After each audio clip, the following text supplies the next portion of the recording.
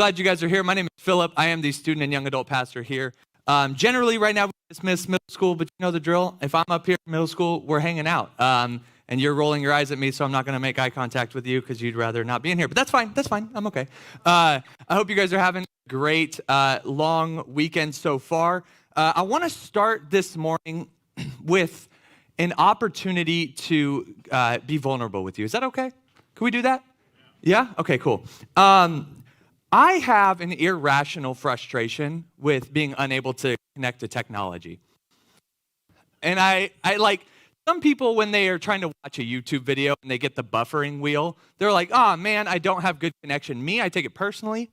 I get frustrated. It's 2022. Why is LTE? Why does it even exist? Like I should have perfect service all the time because I thought that's what it was about, being in a technologically advanced society, but I guess not.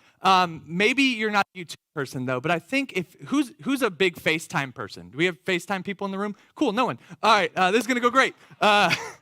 Anytime I ask for an example, I call it out before you raise your hand. All right, who's ever been on FaceTime and seen this? Right? You guys are all, the people laughing have used FaceTime before. The rest of you are like, why is it this way? It's fine. This means unable to connect. So when I'm trying to FaceTime my children and I'm on spotty Wi-Fi or I'm out in public, I usually get the unable to connect. It makes me frustrated. It makes the person on the other end of the FaceTime frustrated because here's the deal. We, 2022, in America, we love to be connected to tech. But we are cool not being connected with each other. I did not know that was going to happen. That scared me. We're okay with it. We need our phones. We need social media. We need that stuff. But we think we're okay to not need each other. And that's why we are doing this For Better or For Worse series, because in our relationships, we believe that connection is more important than technique. So we're going to choose connection over technique. If you find technique, you can Google like how to make friends. They're going to be like 9 tips to make friends. Great. Do you know what ultimately will help you make friends? I don't know, going and talking to humans. Right? Like that's how you make connections, by investing your time, investing relationally. And I know, I get it. Why we don't do this? Because it's vulnerable. It's hard. It's inconvenient sometimes. But the reality is we believe when we choose connection over technique, we actually get to be doing life with people, because that is what we are created to do. You can't do life alone. And so this series is all about connecting with others. We're talking marriage. We are talking friendships. But today specifically, I want to talk to our single friends. So today's message is all about and dating. And I just want to establish a baseline. Married people, by the way, get off your phones. Like this is still for you. I just want to give you that now. Like I'm just trying to catch you up front. Let's establish a shared foundation. Let's establish some definition of terms so we can get through this easier. So when I say single, I mean not married. If you can't file your taxes together, you are single. Okay, I know you're like with your boyfriend or girlfriend or your fiance, you're like, I'm not single. Today you are. Today for this message, you are. So this is people who ever been married. This is people who are dating, engaged, maybe people who've lived through divorce or are widows or widowers. This is for you specifically. But married people, don't tune out, because it's really important that we understand we have a role to play in the lives of our single friends. So we'll get to that in a little bit. And the second thing is this. Dating is not a biblical concept. So there's no dating in the Bible. This is a very modern concept. There's no dating in the Bible. Dating in the Bible would be like, hey, go get a wife for my son. Then the servant just picks, and then you're like married all of a sudden. Or like, hey, I will work for 7 years to marry your daughter. It's transactional. Like, oh, how did you guys meet? Oh, well, I was able to move the stone off the well, so we married. Like, that's all it took, right? That's it. So when it comes to biblical interpretation and reading the Bible, this is just a good rule of thumb. It applies to dating, but it applies to a lot of things. When the Bible is not explicit on something, we apply biblical wisdom the best we know how. So when the Bible's not explicit, so if there's no dating in the Bible, we look at what biblical models and examples did, and we apply their wisdom, which is what we're going to do today. We're going to try our best to apply biblical wisdom to the topics of singleness and dating. So that's the tension today. This is a lot of biblical wisdom application, more so than like a story where like, and Joseph was dating so-and-so. Like, we're not going to get that today. So just so we're all on the same page. And I want to root us today. I want to start in a passage of scripture that I think is going to be really important for us to be able to be on the same page here. It is 2 Peter 1:3. So Peter is writing this letter to the dispersed church in Asia Minor, and he's really going to start the letter by attacking some false teachings that were prevalent at that time, including under topics of sexuality. So sexuality was a big issue. It was part of religious practice, and he is going to try to stop some of the false teaching before it permeates the Christians there. And which is actually what we want to do today, because there's a lot of false concepts around the ideas of sex and sexuality and worth and value based on our relational status, and we want to try to squash those today. And this is what Peter says, 2 Peter 1:3. Excuse me. His divine power has given us everything we need for a godly life through our knowledge of him who called us by his own glory and goodness. And I want to start with this because I think it's really important for us to understand that his divine power, talking about Jesus has given us everything we need, has nothing to do with your gender, nothing to do with your age, nothing to do with your relational status. It is we only have everything we need to live a godly life through the knowledge of Christ who called us. So if you have a relationship with Jesus, Peter would argue, and I would agree, that you have everything you need for a godly life. But sometimes in our culture and in the church at large, I don't want to dismiss the church as being guilty of this. We have elevated the idea of marriage to a place that I don't even think God intended it to be. It's an idol for a lot of people. Oh, just get married, it'll fix all your problems. And it won't. That's why married people chuckled, and some of them didn't make eye contact with their spouse. Because that it can't be what God didn't intend it to be, and we have elevated it to a place of holiness that God did not intend it to be. It's just an overemphasis on marriage, an overemphasis on needing to be with someone all the time, and an over-teaching on the fact that singleness is a less than and lonely season, when that is not the reality that God intended for us to understand. So today, we want to understand that God, if you take anything away, here's your sentence right here. God uses people because of their willingness, not because of their status. That God will always use people who are willing and able to sacrifice for him, not because they're married, which is a conversation some people have really struggled with because ultimately they've thought marriage is the ticket. But through the life of Paul, looking at, again, biblical wisdom, we learn first and foremost that you have a mission that is greater than marriage. You have a mission that is greater than marriage. This is not your marriage. Don't hear me say that.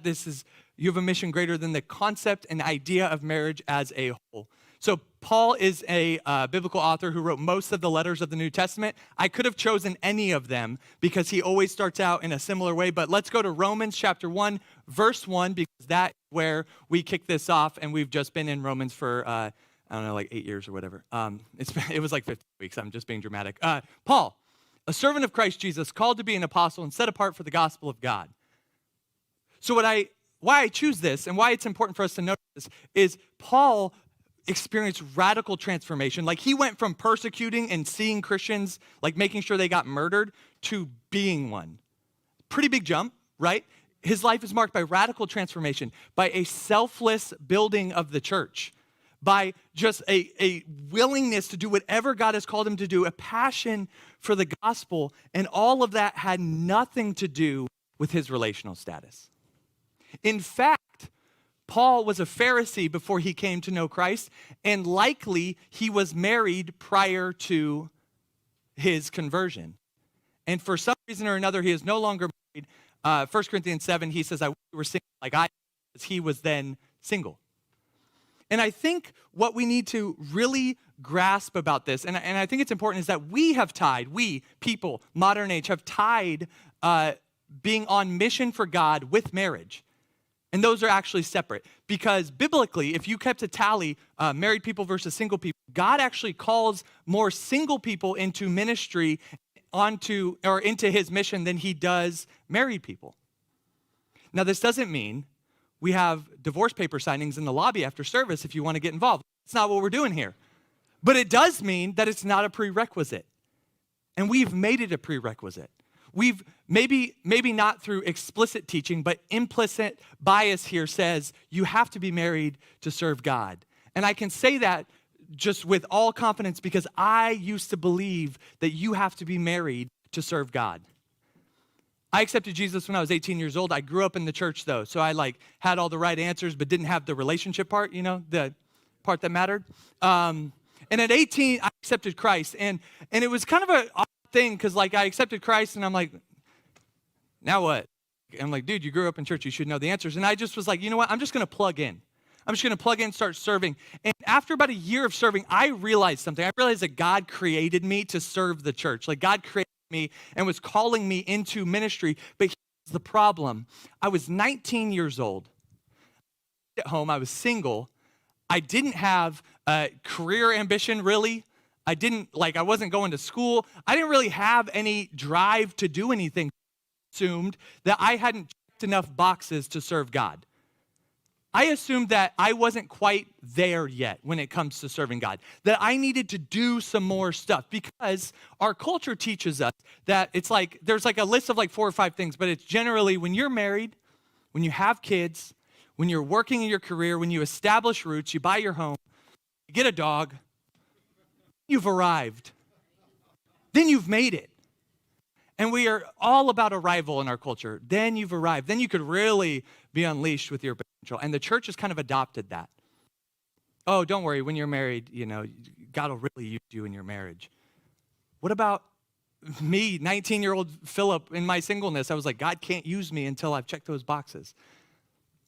But the truth of the matter is that much more than our arrival, God is focused on our remaining with him, our relationship with him, our devotion to him, us serving him fully. So friend, if you are single in this room, that is not a prerequisite. Marriage is not a prerequisite to serving God. You can jump in today because ultimately you are called, just like Paul, you are called first and foremost to the gospel of God. The gospel that saved you. The gospel that has made you new, good news that Jesus came and he died so that you can have a relationship with God. That is what ultimate calling is for. Now, hear me out. If you are married, your first calling, your first mission is your family, right? Let's just be honest here. My priorities, my relationship with God, my relationship with my family, then you. Don't take offense to that because I never change that even if you got offended. Because that is what God called me to. I know who God has created me to be. It's a person, first and foremost, devoted to him, devoted to my family, then devoted to serving the church. And if you're married, that's the same of you. If you're not married, that doesn't mean you have to fill this gap before you can get to serving the church. God is calling you on mission. He says, I want you to follow me. And what it means to follow him is to be known for how you love and treat other people. That's what Jesus said. That's not my words, that's Jesus. The Pharisees, they used to do this thing. They're the religious elite. They used to do this thing, try to trap Jesus. I don't know why, they never won. It's like a Roadrunner, Wile E. Coyote situation. They're never up on Jesus, never sneak up on him. But they try once and they say, Jesus, there's 613 laws in the Old Testament. What is the greatest commandment? Ooh, Jesus, he's gonna get it. He can't disqualify himself. And he says this, love the Lord your God with all your heart, with all your soul, with all your mind, and love your neighbor as yourself. And to his disciples, he takes it further. He said, all people will know you are my disciples, will know you're my followers if you love one another. That, friends, is our ultimate calling. And it is greater than our marriage. It is greater than anything in the world. It's to be known for our relationship with God, how we love him, and how we love other people. And marriage is not a prerequisite for that. I just want to really hone that in because sometimes we think that through marriage we are made whole, we are made complete. That, man, I was insecure in my singleness, but now I'm married and all my problems have gone away. But we also learn from the scriptures that you can have security no matter your status. You can have security no matter your status. Security is not tied to a season, and the person who really lives this out well is Ruth. Now, Ruth is a 4-chapter book that you might have skipped over, but it's so, so valuable. I love it so much. So we're introduced to a character named Naomi. Naomi has a husband and 2 sons. Those 2 sons are married to 2 ladies, one named Orpah, one named Ruth. Okay, don't get lost on me. I got this. They all become widows, all 3 of them. And here's the thing, Naomi is an Israelite, Orpah and Ruth are not. And so Naomi says, I'm going to go back to Israel. I'm going to live my life. I have no hope. I'm just going to go and I'm going to be a sad woman who dies soon. You guys go back to your homeland and get married. And she tells them that not because she doesn't like Orpah and Ruth, but simply in that culture, if you were a woman, you already had less status. If you're a widow, you're going down again. And if you're a foreigner, you're all the way at the bottom of the barrel. You have no sense of security. You have no sense of safety in that culture. So she's trying to help them live a better life. And in verse 15 of Ruth 1, we read this. Look, said Naomi, your sister-in-law is going back to her people and her gods. Go back with her. So Orpah goes back, but Ruth replies, don't urge me to leave you or turn back from you. Where you go, I will go. Where you stay, I will stay. Your people will be my people, and your God, my God. See, Ruth had an opportunity to opt out. Ruth had an opportunity to opt out. She could have chose safe. She could have chose security. She could have chose easy.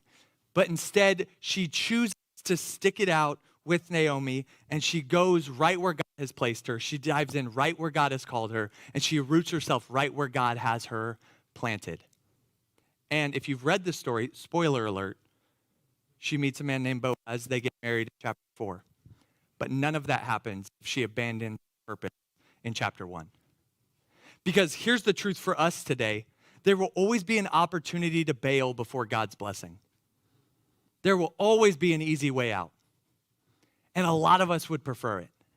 The safe, the easy. You take that chance and you run with it. But Ruth shows us that when you stick it out, you trust God's provision for your life. You trust where you're at, you will find true security. Look, if you're insecure in your singleness, I understand. I don't want you to hear me say, like, just don't. Like, that's not a solution. That's just a statement. Like, we want to figure out, how do we really experience security? So where do we find true security? I got it up here so we don't miss it. Marriage does not equal security. There are a lot of people who went into marriage insecure, and they're now in marriage insecure because they were trusting that someone else would help them and fix them, and that's just not how it works. Which is the second thing. Your person does not equal security. And Nicholas Sparks is like, bro, I'm selling books off that. Don't ruin my good thing. But this idea, the one idea, like, it just doesn't work. What if your one marries my one? Then we're both lonely and sad. Right? It doesn't work. There's no person that can offer you security. There's no person that can complete you. There's no person that can make you whole. The only way you have true security in your season is through God's peace. Paul says this in Romans 15:13. He says, may the God of hope fill you with all joy and peace as you trust in him so that you may overflow with hope by the power of the Holy Spirit. This is God who fills us with hope and joy and peace, not when we meet our spouse, but when we trust in him. I wish it was easy, like get married, full security forever. That's an easier message for me to teach. Just go get married. I'm mostly kidding because it's not that easy. But it is easier than saying trust God, because sometimes we really struggle with that because we want to opt out.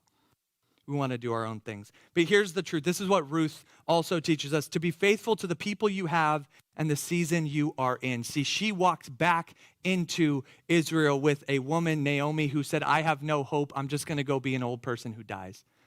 And she's like, let's do it.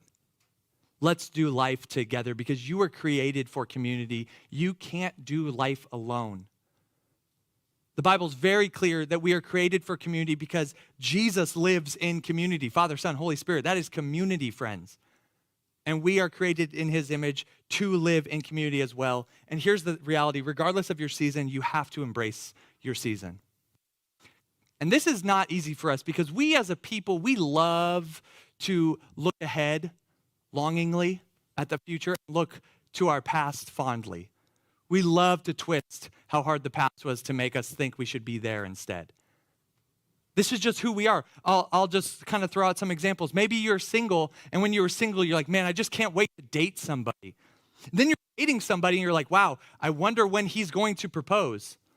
And then he proposes. You're like, all right, let's hurry up and do this marriage thing, right? You get married, you're married, and you're like, wow, it would be really cool to have some kids. And then you have some kids, and you're like, please sleep at night. Like, why don't you sleep? I don't understand. And then they finally start sleeping, and you're like, well, I kind of missed the middle of the night thing. That was fun. But don't worry, I can't wait till they start learning, developing a personality, talking. Then they do that, and you're like, wow, I can't wait for them to go to school and get to live this out. Then they go to school, and you're like, wow, adolescence is a joke. I can't wait till I can be their friend. And then they're a little older, and you could be their friend, and then you're like, wow, I can't wait to see who God makes them to be. And they're like, hey, I'm going to go off to college. You're like, wait, what? And then they do that, and you're like, you know, God has really made us empty nesters. I'm going to really invest where I'm at. And then you're working, and you're like, I don't want to do this anymore. I want to retire. And then you retire, and you're sitting on your porch, icing your knees because you played 2 rounds of golf. And you're thinking to yourself, I just want to be young again. I miss the old days. Because who we are as people, we're never satisfied where we are. We're always looking ahead or looking back. And the reality is when we look ahead, we look back, we miss where God is trying to bless us and call us to now. And I don't want to discount single friends in the room. I do not want to discount how hard this is on a day-to-day basis, especially in the church. I remember when I was single, coming to church, serving at a church, coming to church every week, and it felt like Noah's Ark in there, like 2 by 2, everyone but me. I just getting lost in the married couples.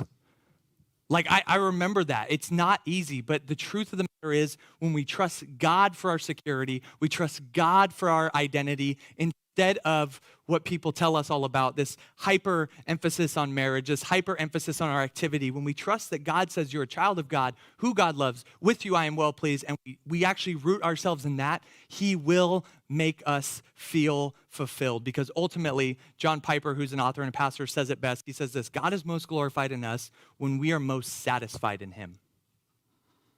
And some of us are looking for our satisfaction elsewhere, and that's limiting what God can do in our lives. So I want to pause and take a break. Single people, play on your phone or something. Like, you get a second off. I want to talk to my married friends in here, and I want to ask you a question, because it's really important that you know that you have a role to play in the security of your single friends. And if you're thinking to yourself, what single friends? Strike one. Like, that's not it. Because here's the model God set up. You look to someone in front of you, you try to mentor someone behind you. Right? That's the model. And so if you don't have single friends, that's your assignment for this week. Go make a single friend, because really they need people to do life with. That's first and foremost. I'll stop with that. I want to ask you, how do you interact with your single friends? How do you interact with them? Are you like walking through life with them on a daily basis? Are you in the mud of how disappointing singleness can be? Or are you just offering some like pithy marriage advice and kind of using them as a commodity to feel good about yourself? Oh, I have this single friend. I help them out all the time. They come to me for dating advice. It's cool. Like, if that's how you view your friends, like that's just for yourself. That's very selfish. And I want to help you, because sometimes what happens is we forget what it was like to be single when we're married. We forget how hard that can be, and we just say things out loud. And sometimes you should not say the things you're thinking out loud. And so we went to social media and we asked single people, what are some of the hurtful or just like the things that are cringy that married people say to you that they just shouldn't say anymore? And I got a list for you, because I don't want you to make these mistakes. So here's a list of things not to say to your single friends. Maybe your standards are too high. Just like, don't say that. I don't know, just don't. Online dating, you're running out of time. Trust me, your season is easy. Just wait till you have kids. Now, I want to pause and say that's super true. But just because something is true doesn't mean it doesn't hurt the person listening. And this isn't really said with love. This is just kind of said with like, hey, feel bad for me. You know what I mean? So like, keep that one to yourself. The last one, how are you still single? And you may be thinking to yourself, how hurtful can that really be if I say one of those?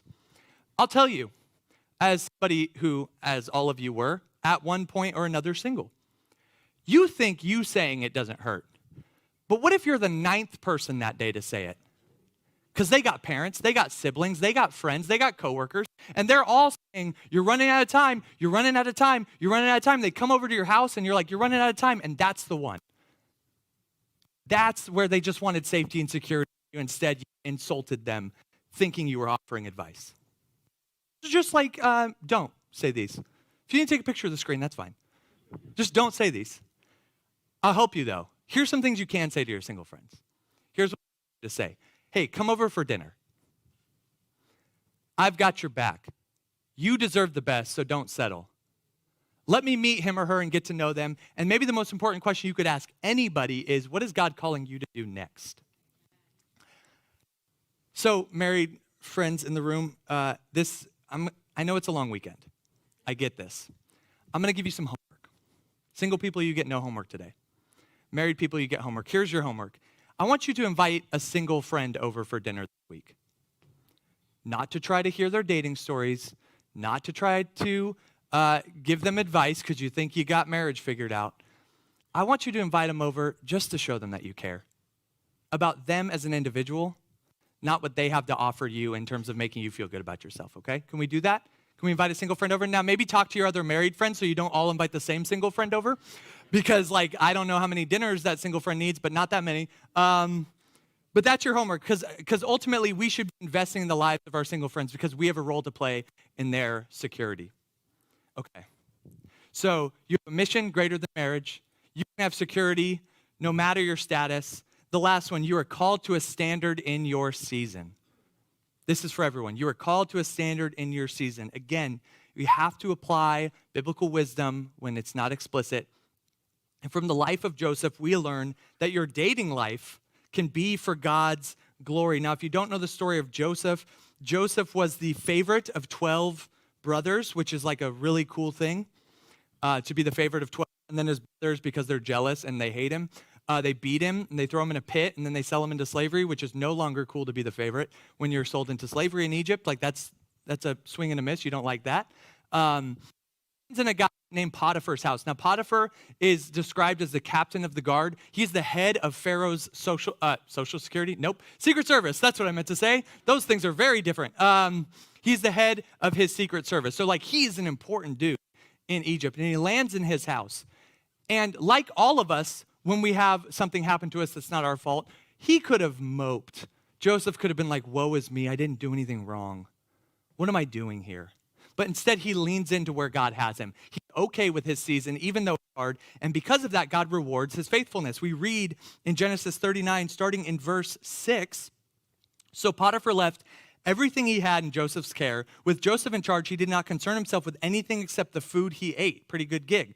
Now, Joseph was well-built and handsome, which feels like a weird thing to say in the middle of this. Here's the deal. Only 3 people biblically are described that way. It's actually really important that we read that and we don't skip over that because it sets up not only what's going to happen next, but it just tells us a little more about Joseph. He's one of 3 people, him, David, Absalom, described that way. And it sets up this next part, which is, and after a while, his master's wife took notice of him and said, come to bed with me.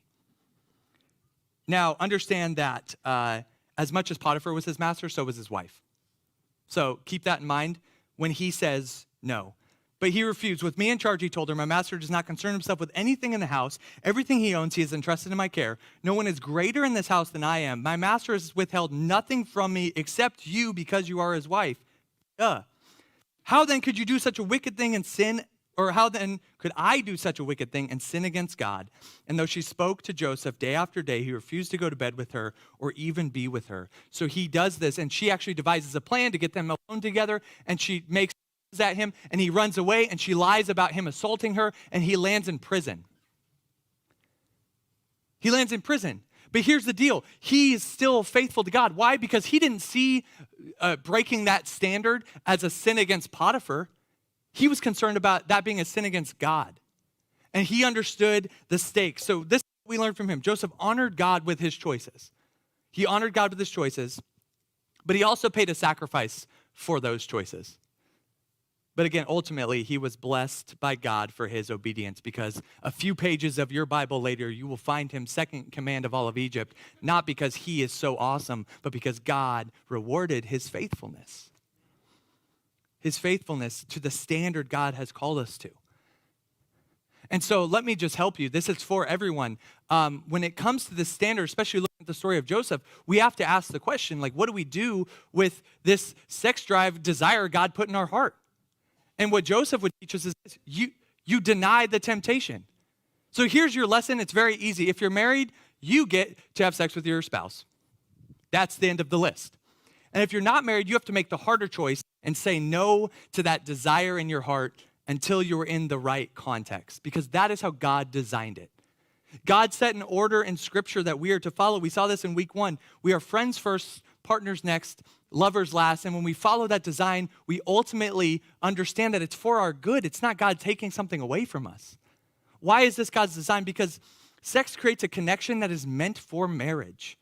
And when we try to rush that element of a relationship, what we do is we create a false sense of intimacy, a false sense of security, and a false connection that ultimately will fade as the physical intimacy fades. So we trust God's design. We trust the standard he set, and we pray for his help because it's not easy. I'm not going to talk about sex anymore today. And here's why. Next week, our whole sermon is looking at, what does God call us to? What is that standard when it comes to our physical intimacy that God called us to? You're not going to want to miss it. I'll give you the title as a teaser. It's called Let's Talk About Sex, Baby. That's it. Okay. I wish I was kidding. That's what it's called. But God has called us to a standard. And we have the choice. Do we live by the standard God has called us to, or do we want to define good for ourselves? My hope and prayer is we trust God's standard. You have a mission greater than marriage. You can have security no matter your status. You're called to a standard in your season, but ultimately, friends, I want you to hear this. Married, single, you are not alone. See, there's this misconception that loneliness is a singles-only problem, and that's just not true. Because those of us who chuckled at the beginning of the message when I said marriage will fix everything, we understand that status does not solve our problems. If you go into a marriage with problems, with lust and emotional cheating and stuff, like, marriage doesn't take that away. If you go into a marriage with problems of loneliness, that doesn't go away with your marriage. Because here's the truth from studies. Studies show that your life satisfaction in your singleness and dating will be the same 18 months into marriage. So if you're sitting at a 7 life satisfaction, you get married, you finish that honeymoon phase, you're a 7 on the other end of that. If you're a 5, then you're a 5. If you're a 1, you're a 1. And we study to fix our loneliness problem. And that's just not how this life works. The study also goes on to say that if you're a 5, 18 months later you're a 5, and you try to have kids to fix that problem, your life satisfaction actually goes down. Mostly because you're not sleeping. But also because parenting is very hard. Come back on the 18th for the week on parenting. 2 promos. That's what I do. But sincerely, there are a lot of unhappy people in their marriage because they were unhappy in their singleness. Thought someone else would fix that. I love this quote from Carol Johnston. She says this: "It's better to be alone than wish you were alone." It's better to be alone and trust that God is enough than to rush the process to try to fix your problems, and then you're sitting on the other end of that saying, why did I do that? And so, single friends, let me prompt you by saying this. We actually have a perfect example of how to live a life that is fulfilled, that is not alone, but that is single, and that is the person of Jesus. Jesus lived a perfect life on earth, and he also lived a very single life on earth. No romantic interest for Jesus while he was on earth. So what did he do? Why is Jesus not feeling lonely all the time? Why does he not feel isolated? Because number one, Jesus was deeply connected to community. He invested in the people around him. He had relationships. He had friendships. He had deep connections with his 3 best friends and then his disciples as a whole and then people outside of that. Jesus was deeply connected with people because Jesus understood what I already said, which is you can't do life alone, friend. Don't settle for life by yourself. You were created for community. If you're a student in the room, that's why we do what we do on Thursday nights. Like, I'm not passionate about trivia games on the screen. I'm passionate about you getting connected with people your age, your stage, that can just do life with you. If you're single in the room, you need people to do life with. If you're married in the room, your spouse cannot be the only community you're connected to. You need people around you. That's what we were created for. That's why we are so passionate around here about groups. We want you to join groups, not because we're like, haha, groups numbers. We think it's the way you connect. We have married groups, men's groups, we have women's groups, we have young adult groups. We have a single group starting in September because that's a need of our church that we need to meet. And we also have a group starting this week in Rooted. You have to sign up today because sign-up's closed today because it starts this week. But if you're interested in that, this is a place where you can connect with God and connect with people. You can text Rooted Group to 97,000. If you do it right now, I won't be offended. I promise. Because it is so important that you get connected with other people who can just do life with you, who can be the Ruth to your Naomi of you're like, my life is hard. They're like, let's do it. Let's do it together. Jesus deeply connected with other people, but first and foremost, he was connected to the Father. He lived in perfect communion with the Father. And so for us, we connect with community, but ultimately we connect with Jesus. That is where we connect. That is what ultimately satisfies. We refer to singleness as a season, right? We refer to marriage as a season. We refer to all these things as a season, but this is something really important. Your relationship with Jesus is not a season. Marriage, singleness, those are seasons, but your relationship with Jesus is eternal. That's why it is so worth your investment. See, God is calling us to a relationship, but the problem is the standard for that relationship was perfection. Any perfect people in the room? Sorry, these lights are bright. I don't think I see hands. There's no perfect people in the room. And here's the thing, that doesn't surprise God. God wasn't like, wait, they're not perfect? What are you talking about? I thought they were gonna nail it. He knows we can't. That's why he sent Jesus. I don't just have good news, I have bad news. If you just trust me, that's enough. Because his death on the cross ultimately satisfies that penalty, that shame of sin, the penalty of sin, the power that sin has over us. When we trust in Jesus, we are declared innocent before God. We are brought back into relationship with God. And because of Jesus' death and resurrection, we know we have power over the sin in our life, not because we are good, but because he is good. This is so important because we are looking around saying, when will someone make me whole? And Jesus came and loved you perfectly and pursued you fully. Jesus didn't stop short. Jesus didn't like go 90 and he's like, they're not doing enough, never mind. Jesus went all the way to the cross for you when you had nothing to offer him. He doesn't say, serve me more, give me more. Give me your time, give me your money, give me your attention. He says, trust me. Give me your trust, and that will be enough. This is what Paul says of Jesus' ability to love you perfectly, pursue you fully. He says this, you see at just the right time, while we were still powerless, Christ died for the ungodly. Very rarely will anyone die for a righteous person, though for a good person, someone might possibly dare to die. But God demonstrates his own love for us in this, while we were still sinners, Christ died for us. And he makes a relationship with him easy. He says, there's a simple formula and you can nail it. It says, if you declare with your mouth, Jesus is Lord, and believe in your heart that God raised him from the dead, you will be saved. One belief, right? One belief, one declaration for your sin, for a relationship with Jesus, for an opportunity to be made whole. And I want to give us that opportunity right now. So with every head bowed, every eye closed, no one looking around, so no one feels awkward. Hey, if you don't have a relationship with Jesus today, this is your moment. If you're interested in that, if you're like, I want to take that step and begin a relationship with Jesus, this is your moment. There's nothing weird. You don't have to get up on a chair or anything and pray this prayer. Just in your seat, where you're seated, pray something like this. Jesus, today I give you me. I believe you died on the cross because you are God, and I believe you rose again to prove not only that you are God, but that you are just bigger than what I faced. Jesus, come into my heart. Forgive me of my sin. Make me a new creation. Today, Jesus, I give you me.